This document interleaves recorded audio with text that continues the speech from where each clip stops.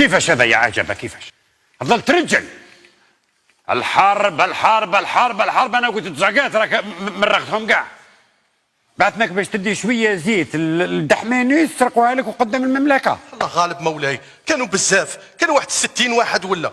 انا كي شفتهم من بعيد بديت نوجد في الجنود تاوعي، كي جاو ضاربنا معاهم، كي بغينا نربحوهم تحاموا فينا وداو الزيت. بركة ما تفستي فارس.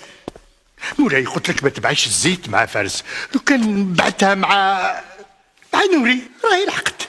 مولاي انا معايا والو، انا معايا الزيت ما يسيرش. مولاي الفلون ديالك بالشيكولا. من بعد ناكل. مولاي مادام سرقونا قدام المملكة، هذه الضربة هذه راهي جاية من سكان المملكة، على خاطر يا مولاي ما عجبهمش الحال كي شافونا بعثنا الزيت لدحمانوس، وعلى هذا يا مولاي ما راناش نعطيو لهم حقهم نتاع بيع. صح مولاي، مما انا شكيت في سكان المملكة.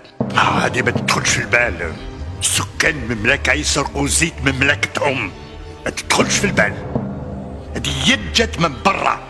مولاي هذه أيادي خارجية. صح مولاي، مما انا شكيت في الايادي خارجية.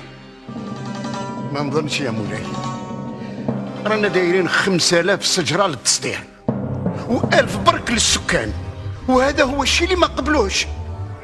مولاي الضربة راهي جاية من الداخل.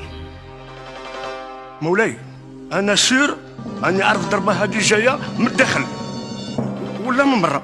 وانت يا الواعر جنرال، تما بنادم كي يشوفك هكذا تقول سبارتاكوس، وزعما تضرب بالسيف مليح وتحب الطلاعيه تحب الزحزيقه.